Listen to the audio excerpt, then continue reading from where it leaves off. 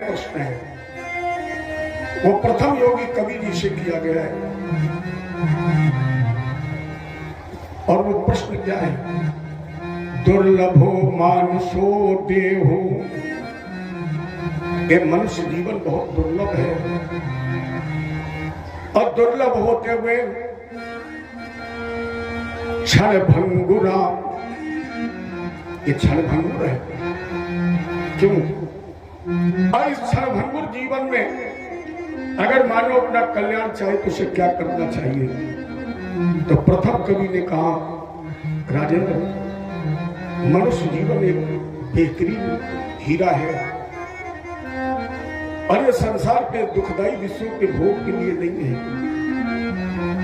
अगर मिला है तो संत मिलन को जाइए, तज माया अभिमान, क्योंकि ज्यों ज्यों पग आगे धरे खोतिन यज्ञ समान। साधु संगत में जब तक नहीं जाएगा भक्ति और ज्ञान तब तक नहीं पाएगा। और बाबा लिख भी तो रहे, अब मोई भा भरो शर्मंता, बिन हर कृपा मिले नहीं संता, और बिन सत्संग विवेक न हुई।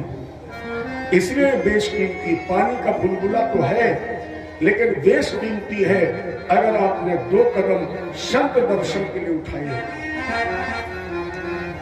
मेरे सामने माया के स्वरूप का वर्णन करो। और दूसरे योगी ने कहा, माया तो साधारण, माया क्या है? मां माने नहीं, या माने जो नहीं है वही तो माया है।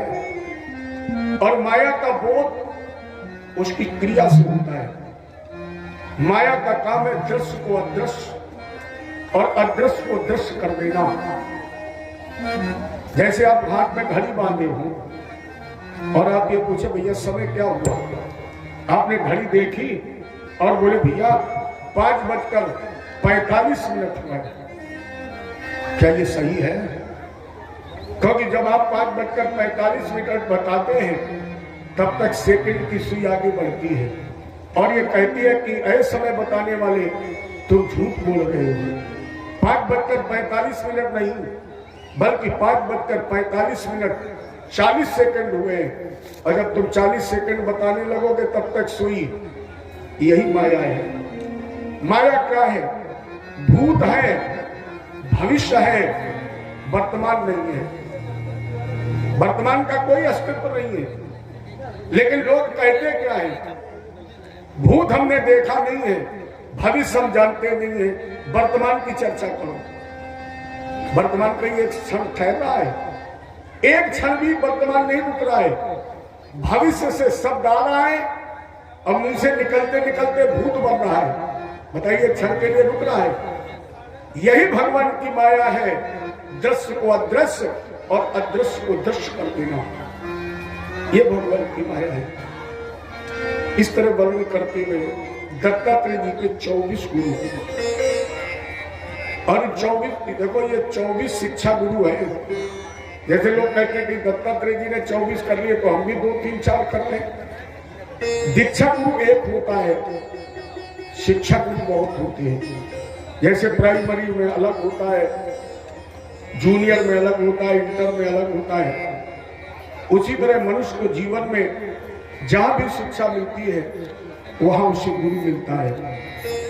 और उसमें मैंने गुरु बनाया मछली को, अजगर को, सर्प को, बाल बनाने वाले बहेलिया को, मधुमक्खी को, लखैरी को, कबूतर को, पिंगला वेश्या को, इनको मैंने गुरु बनाया है। दत्तात्रेय जी से पूछा, महाराज जी तो इनसे आपको मिला क्या है?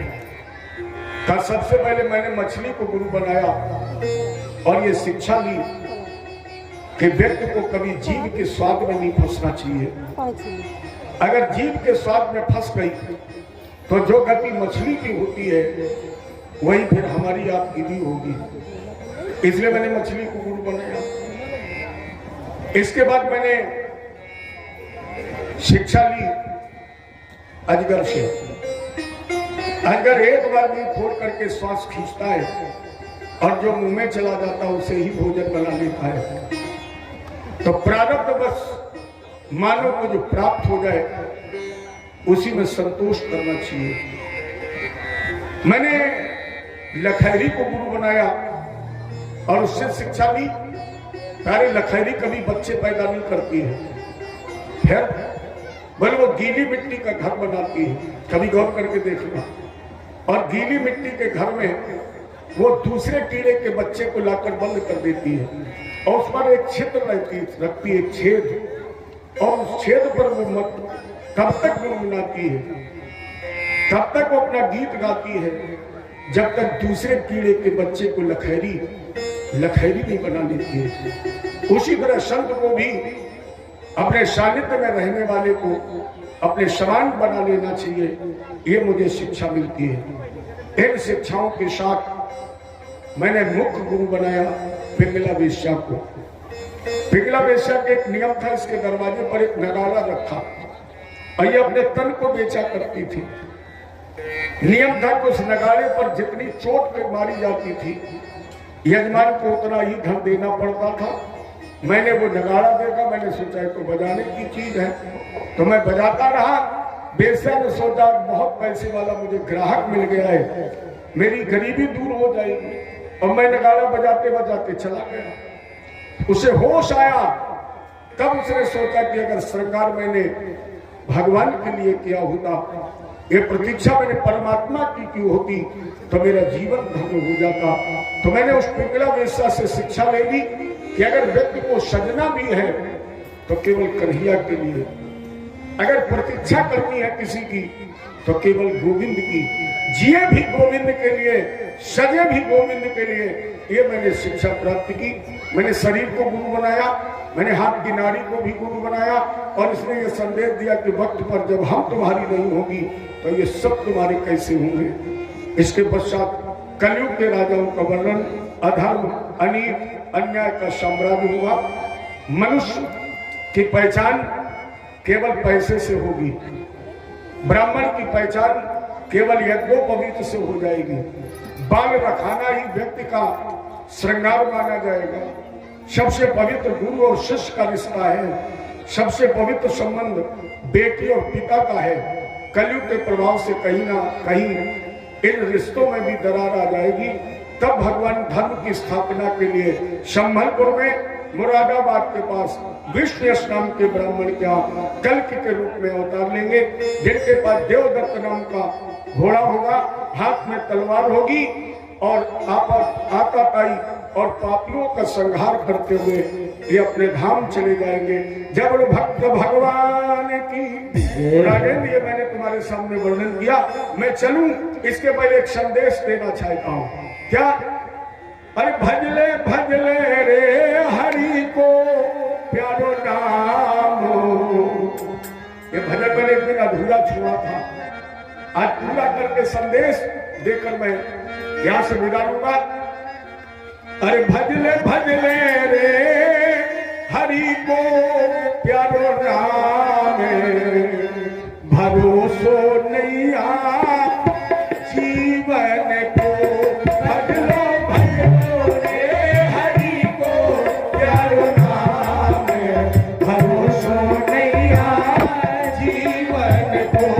भजलो भजलो रे हरि को प्यारो नाम, भरोसो नैया जीवन को।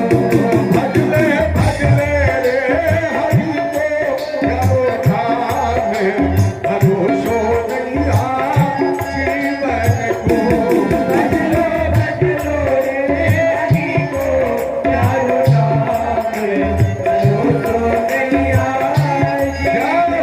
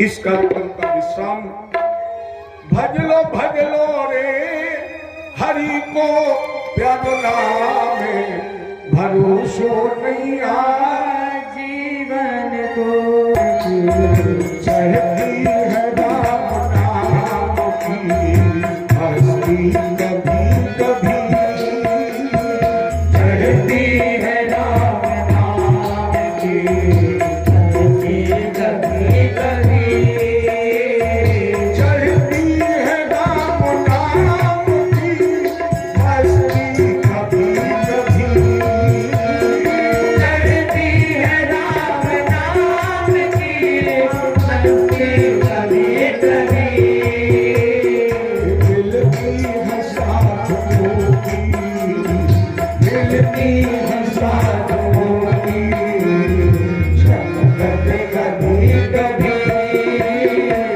मिलती है साधुओं की संगत कभी कभी दौलत के पीछे भागना इतना उचित नहीं दौलत के पीछे भागना इतना उचित नहीं दौलत के पीछे भागना इतना उचित नहीं लेती है जान इंसान की लेती है जान इंसान की दौलत कभी कभी देती है जान इंसान की दौलत कभी कभी मिलती है साधुओं की संगत कभी कभी मिलती है साधुओं की संगत कभी कभी शोहरत को पाके भूलना भगवान को कभी शोहरत को पाके भूलना भगवान को कभी दौलत को पाके भूलना भगवान को कभी देता है छीन के कर भी देता है छीन के कर भी इज्जत कभी कभी देता है छीन लेकर भी इज्जत कभी कभी मिलती है साधुओं की संगत कभी कभी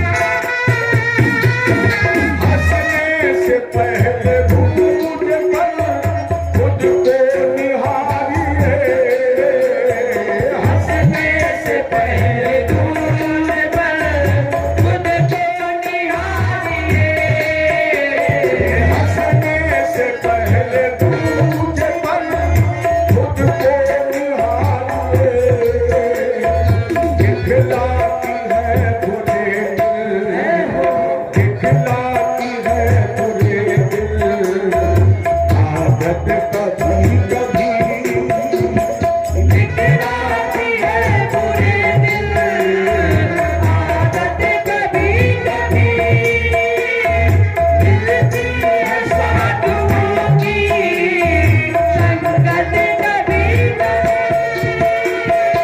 मिलती है साधुओं की संगत अरे फूलों में सब हेलो साथियों, आज इस ये कार्यक्रम पूर्णता की ओर पहुंच रहा है। क्रमशः मैं जो सातों दिन जिन हमारे साथियों व्यवहारियों और हमारे मित्रों ने यहाँ उपस्थित रह करके मन से, वाणी से, कर्म से, किसी भी प्रकार से जो सहयोग दिया है, मैं इस कार्यक्रम का आयोजक होने के नाते मैं उनका सबका आभारी हूँ। बहुत बहुत धन्यवाद ज्ञापित करता हूँ और एक अनुरोध करता हूँ कि कल गया भोज का भोजन और रामलीला है, जिन तक निमंत्रण हमारा नहीं पहुंच पाया है और वो आसपास के गांव से सुनने के लिए आए हैं, किसी भी एक दिन वो कल भोजन करने अवश्य आए। और मेरा संपूर्ण गांव कल भोजन करेगा।